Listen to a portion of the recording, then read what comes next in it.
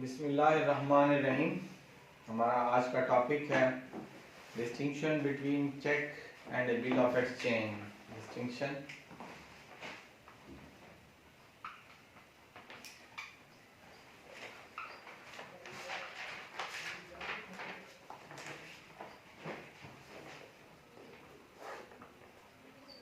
Check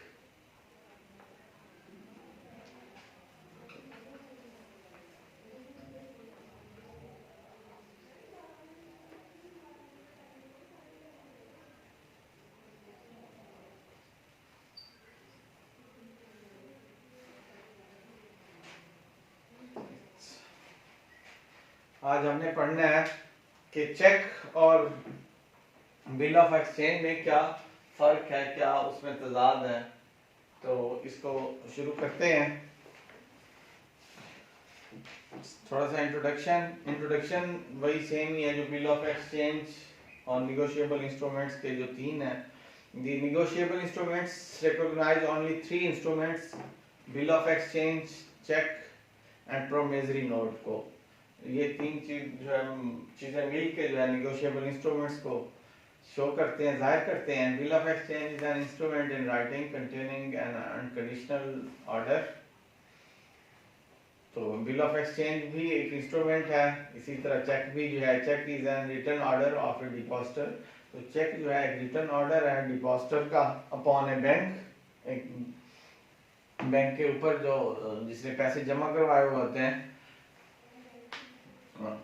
और उसके अंदर भी अमाउंट का ही जिक्र होता है। दोनों में होता तो बेसिकली अमाउंट का ही जिक्र होता है कि अमाउंट जो है वो कैसे जो है एक शख्स से दूसरे शख्स को देनी है, ट्रांसफर करनी है।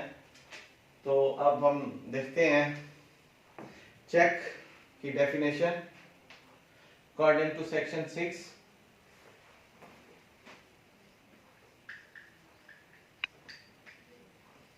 According to section 6 cheque a cheque is a bill of exchange. Cheque को उन्होंने बिल ऑफ एक्सचेंज का ही हिस्सा कहा है।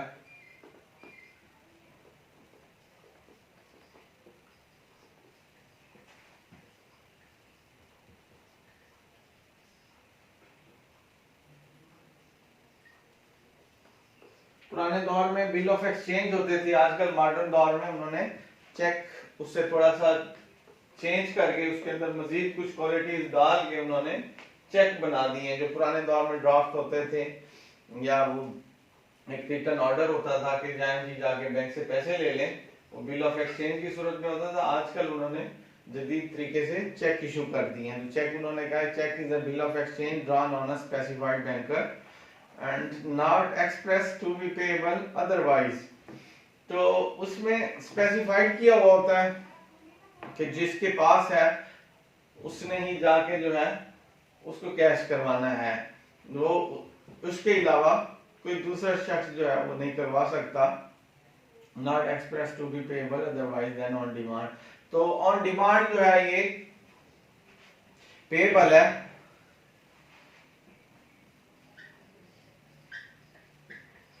Payable on demand. तो जो ही हम जाते हैं बैंक के अंदर और जाके चेक देते हैं तो उन्होंने फौरन ही देखना है कि जो स्पेसिफाइड पर्सन है उसको उन्होंने आइडेंटिफाई करना है और उसके ऊपर जो है उसको कैश दे देना है। तो ये एक चेक की डेफिनेशन है, एक्सप्लेनेशन है इसकी। The person who draws a cheque is called drawer. जो चेक इशू करता है उसको ड्रॉयर कहते हैं। The person to whom the cheque is made, जिस शख्स को चेक बना के दिया जाता है इस कार्ड पे ही, and the bank upon which the cheque is drawn is known as drawee. तो बैंक को जो है इसमें ड्राई कहते हैं। तो ये इसकी एक्सप्लेनेशन थी।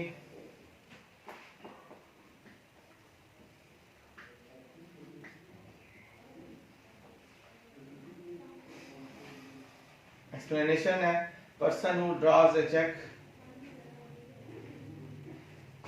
पहले ड्रायर है,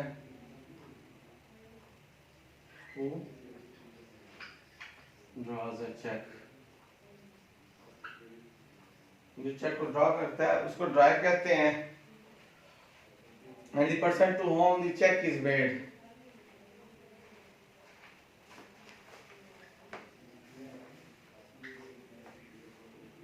पे ही है.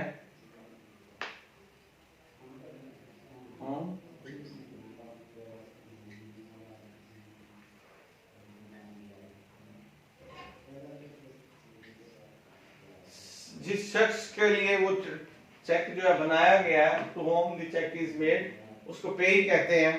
और तीसरे नंबर पर है बैंक. जो थर्ड पार्टी इसमें है वो बैंक है.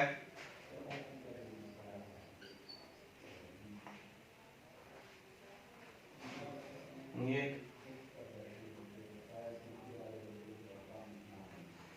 जहां से उसको कैश मिलना है.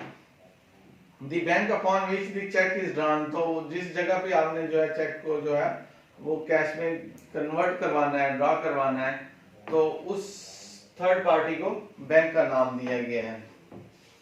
उसको ड्राई कहते हैं. जो थर्ड पार्टी बैंक है उसको उन्होंने ड्राई कहा है. ड्राई. तो काइंड्स ऑफ चेक, इसमें इसकी छोटी सी थोड़ी सी काइंड्स भी दी गई हैं. बैरियर्स चेक, ओपन चेक और ऑर्डर चेक, क्रॉस चेक और ट्रैवलर्स चेक. ये 5 किस्म के चेक्स हैं जो उन्होंने इसकी जो है काइंड्स में बताया है.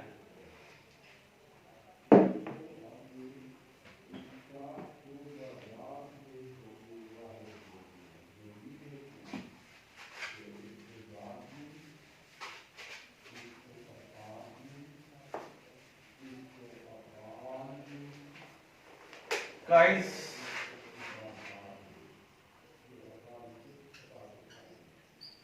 of check.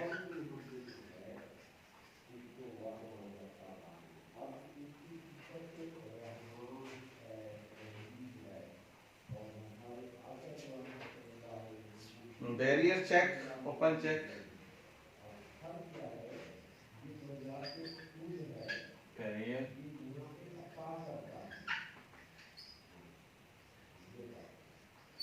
Open check. Order check.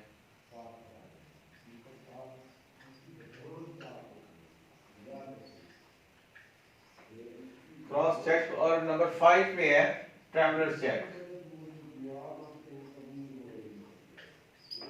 Travellers cheque.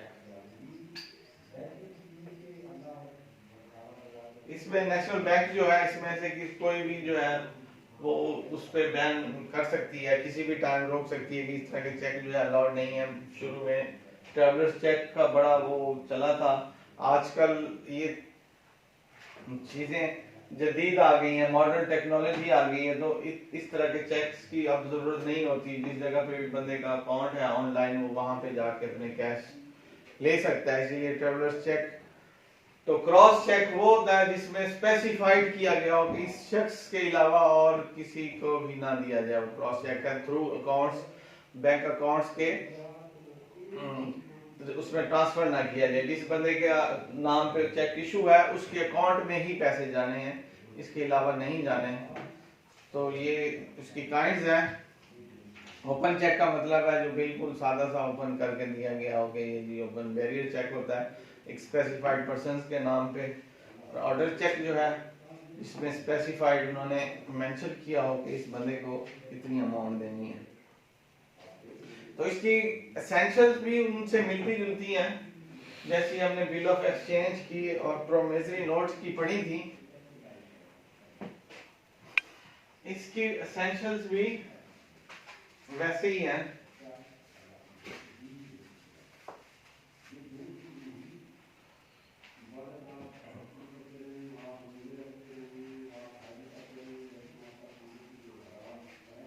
इसमें ये रिटर्न इंस्ट्रूमेंट है, नंबर 1 पे है. एसेंशियल्स चेक के जो है एसेंशियल्स हैं. चेक के एसेंशियल्स में पहले है रिटर्न. के रिटर्न होता है चेक. डॉक्यूमेंट की सूरत में होता है जिसके ऊपर उन्होंने अमाउंट और नाम जो है वो तहरीर किया होता है पर्सन का, और उस बैंक का नाम ये वाज़ेह होता है कि जिस बैंक में ये कैश होना है। रिटर्न अनकंडीशनल होता है, it contains an unconditional order to pay. तो इसके अंदर भी लेने देने का कोई वो नहीं होता, सिर्फ पैसे ही कैश करवाने होते हैं, इसीलिए ये अनकंडीशनल होता है। ये भी उन्हीं की तरह ही है, ये भी निगोशिएबल इंस्ट्रूमेंट ही है, तो उनसे मिलता जुलता ही होगा। अनकंडीशनल और सिग्नेचर ऑफ द ड्रायर, तो ड्रायर के सिग्नेचर होते हैं, सर्टेन सम ऑफ मनी होती है और बैंक का नाम होता है।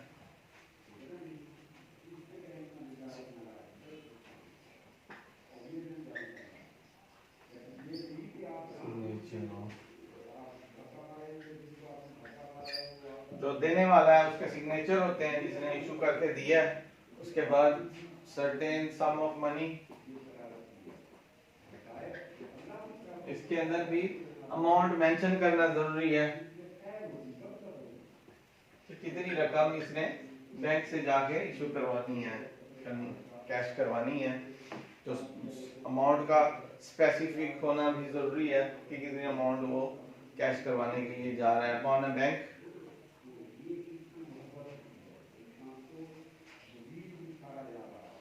Cheque is an order of a depositor upon a bank. तो एक बैंक को उन्होंने ऑर्डर भी करना होता है, चेक वाले ने, जो चेक ड्रायर होता है।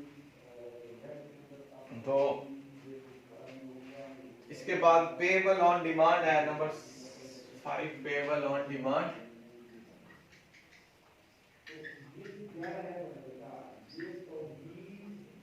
जो ही आप चेक बैंक में लेके जाएंगे तो फौरन ही उसको कैश में कन्वर्ट कर देंगे, इसलिए पेएबल ऑन डिमांड है, जो ही जाके पेश करते हैं।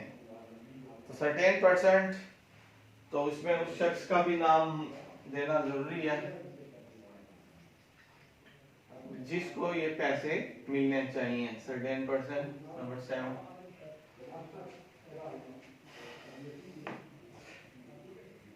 तो ये 6 पॉइंट्स थे उसके एसेंशियल्स में। उसमें था पहले कि ये रिटर्न में होता है, चेक जो होता है रिटर्न कंडीशन में होता है, रिटर्न इंस्ट्रूमेंट की शक्ल में होता है। अनकंडीशनल होता है, इसके अंदर कोई एग्रीमेंट टाइप की कोई चीज नहीं होती, बस पैसे अमाउंट लिख के साइन करके देनी होती है और वो पैसों में कन्वर्ट हो जानी है। इसके बाद ड्रायर, सिग्नेचर ऑफ ड्रायर्स, जिसने इशू करके देना है उसके सिग्नेचर्स होते हैं, और रकम जो है वो भी सर्टेन की जाती है कि इतने पैसे जो अमाउंट देनी है, सर्टेन सम ऑफ मनी होती है। पेएबल ऑन डिमांड है, और सर्टेन पर्सन है, इसमें पर्सन्स को भी मेंशन करना जरूरी होता है कि किस शख्स को पैसे दिए जाएं। तो अब हम आते हैं थोड़ा सा बिल ऑफ एक्सचेंज को थोड़ा सा दोबारा देख लेते हैं, इसके बाद हम डिस्टिंक्शन पे आते हैं, अपने मेन क्वेश्चंस पे आते हैं। ये चेक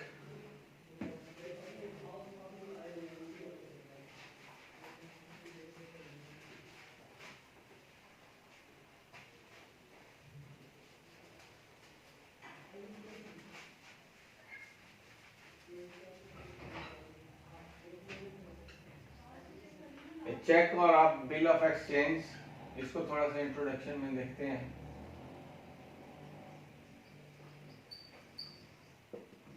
बिल ऑफ एक्सचेंज की डेफिनेशन सेक्शन 5 में है।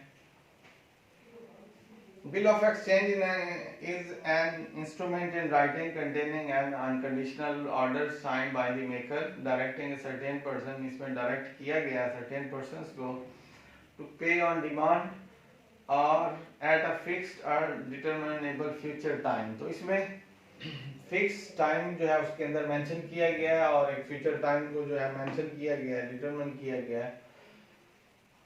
Sum of money only to or the order of a certain person, only to a certain person. तो जिस शख्स को मेंशन किया गया है उसको, और the barrier of the instrument, या उस शख्स को जो है अमाउंट देनी है फ्यूचर में जिस शख्स के हाथ में वो इंस्ट्रूमेंट होगा। तो अब इसके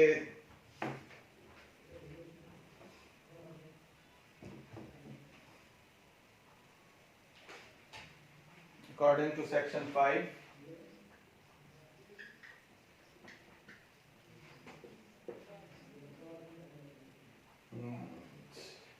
नेगोशिएबल इंस्ट्रूमेंट के सेक्शन 5 में बिल ऑफ एक्सचेंज की डेफिनेशन है. Bill of exchange is an instrument in writing, is an instrument in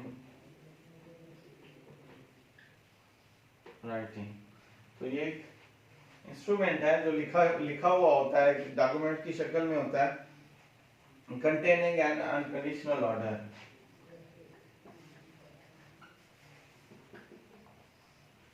Containing an unconditional order इसके अंदर होता है जिसमें कोई एग्रीमेंट नहीं होता कि दोनों पार्टियां एग्री होके एक दे रहा है और एक लेने की कंडीशन में, तो इसमें मेंशन नहीं किया जाता. इसमें सिर्फ अनकंडीशनल होता है कि जी इस बंदे को जो है इस फ्यूचर टाइम में इतनी अमाउंट देनी है. Signed by the makers directing a certain person to pay on demand. Signed by maker होता है.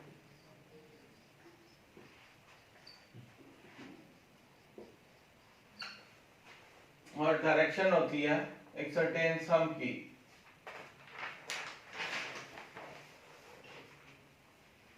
Directing a certain sum to a certain person.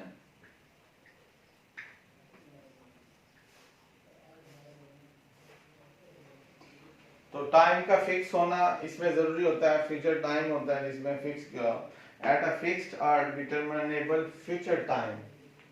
तो इसकी लास्ट जो उसकी कंडीशन है at a fixed time, fix determine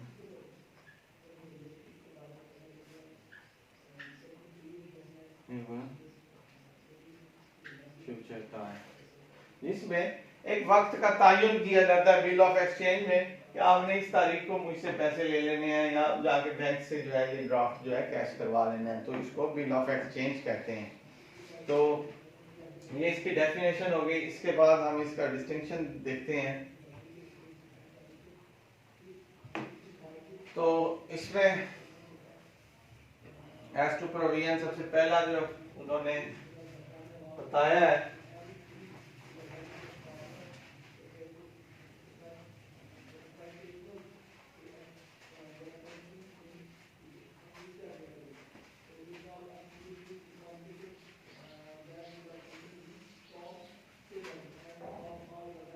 कि इनमें फर्क क्या है.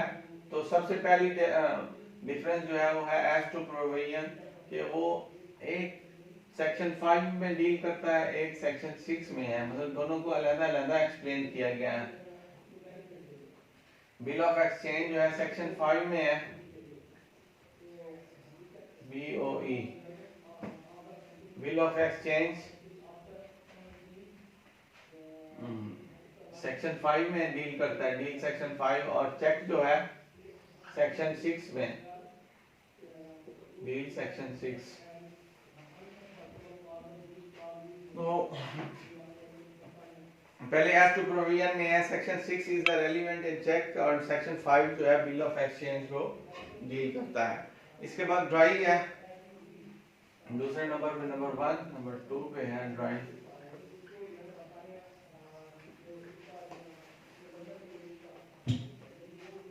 A check is always drawn on a specified bank.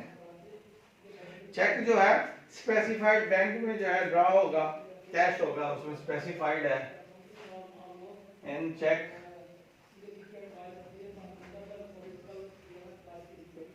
Specified bank,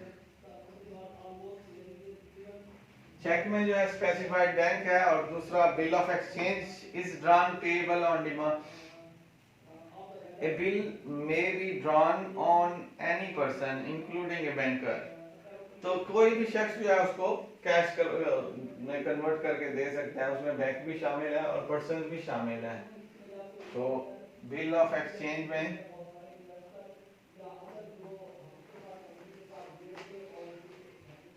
not specified. तो उसमें स्पेसिफाइड बैंक नहीं है, स्पेसिफाइड बैंक जो है उसमें नहीं है बिल ऑफ एक्सचेंज में। तो ऑन एनी पर्सन है, इंक्लूडिंग ए बैंकर भी हो सकता है, बैंक भी हो सकता है और कोई स्पेसिफाइड पर्सन भी हो सकता है। तो पेएबल ऑन डिमांड है, cheque is drawn payable on demand. Number 3 पे है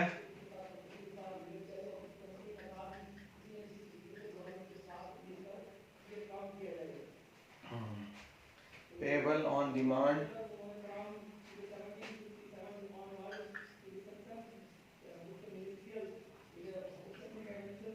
पेएबल ऑन डिमांड में चेक पेएबल ऑन डिमांड है, जबकि बिल ऑफ एक्सचेंज में स्पेसिफाइड टाइम दिया गया है, स्पेसिफाइड टाइम पीरियड।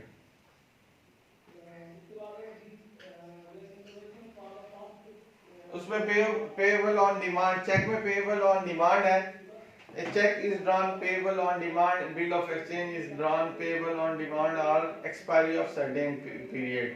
तो payable on demand भी है और expiry of certain period भी है, specified उसमें टाइम को उसमें मखसूस किया गया कि आपने इस तारीख को जाके इसको कैश करवा लेना है। नंबर 4 पे है कंडीशन ऑफ एक्सेप्टेंस।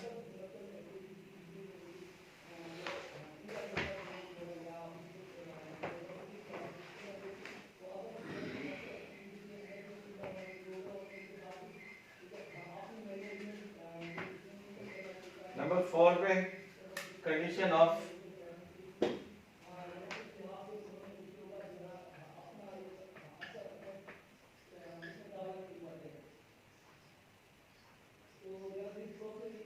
एक्सेप्टेंस।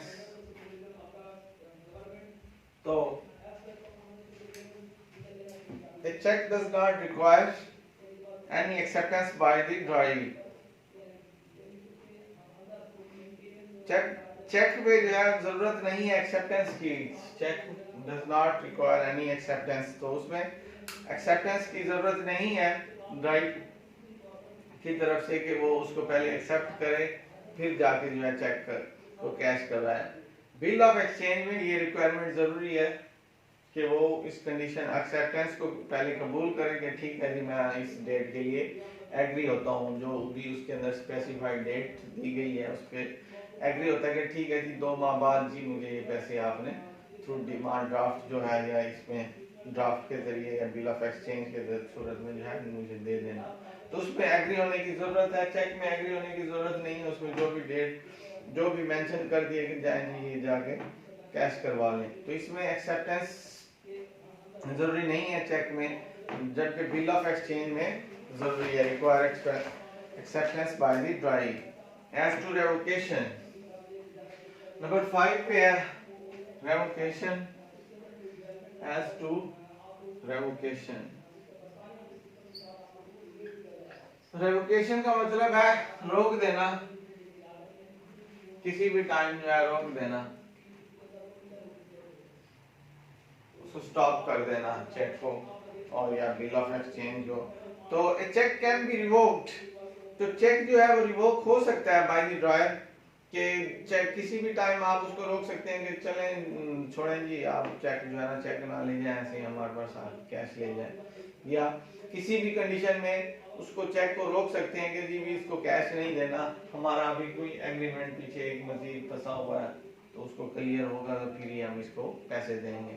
तो किसी भी जगह पे जब तक ये कैश नहीं होता ये रुक सकता है। Bill of exchange can not B revoked, bill of exchange एक दफा इशू हो गया तो वो रिवोक नहीं होगा, उसको नहीं रोका जाएगा।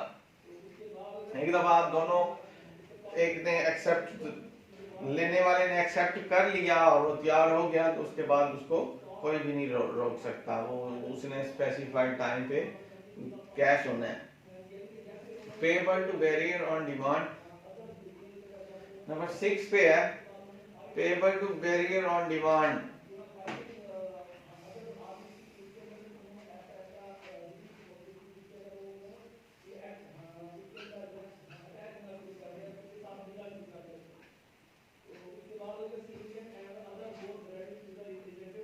बैरियर होता है उठाने वाला, कोई भी शख्स जिसके हाथ में है वो बैरियर होता है उसके हाथ में, चाहे वो चेक है या वो है। बैरियर ऑन डिमांड,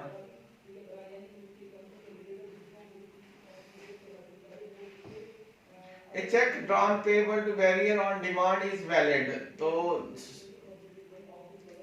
बैरियर जो है वो जब भी उसको डिमांड करता है पे कैश के लिए तो उसका वैलिड होगा। Bill of exchange drawn payable to bearer on demand is not valid. Bill of exchange जो है कोई भी थर्ड पार्टी जिसके हाथ लग जाए और वो जाके उसको कैश करवाए तो वो वैलिड नहीं होगा, वो गैर कानूनी होगा, उसको उसकी सजा मिलेगी। उसने कोई किसी का ड्राफ्ट उठा के कैश करवा लिया, किसी का बिल ऑफ एक्सचेंज उठा के उसने कैश करवा लिया तो वो वैलिड नहीं होगा, वो कानून का मुजरिम बन जाएगा और उसको उसकी सजा मिलेगी। अगर उसने किसी का ऐसे ड्राफ्ट उठा लिया या बिल ऑफ एक्सचेंज उठा लिया और वो जो है जाके कैश करवा लिया स्पेसिफिक टाइम में तो उसको इजाजत नहीं है। चेक में ऐसे है कि आप किसी को भी दे देंगे जाए आप कैश करवा लें तो वो वैलिड हो सकता है कि कोई भी कैश ले जाए तो वो बैंक ने देखना होता है कि ये चेक उस बंदे ने इसको भेजा भी है, उसने थोड़ी सी वेरिफिकेशन करनी है और उसको पैसे दे देते हैं। नंबर 7 पे है एज टू स्टम्प।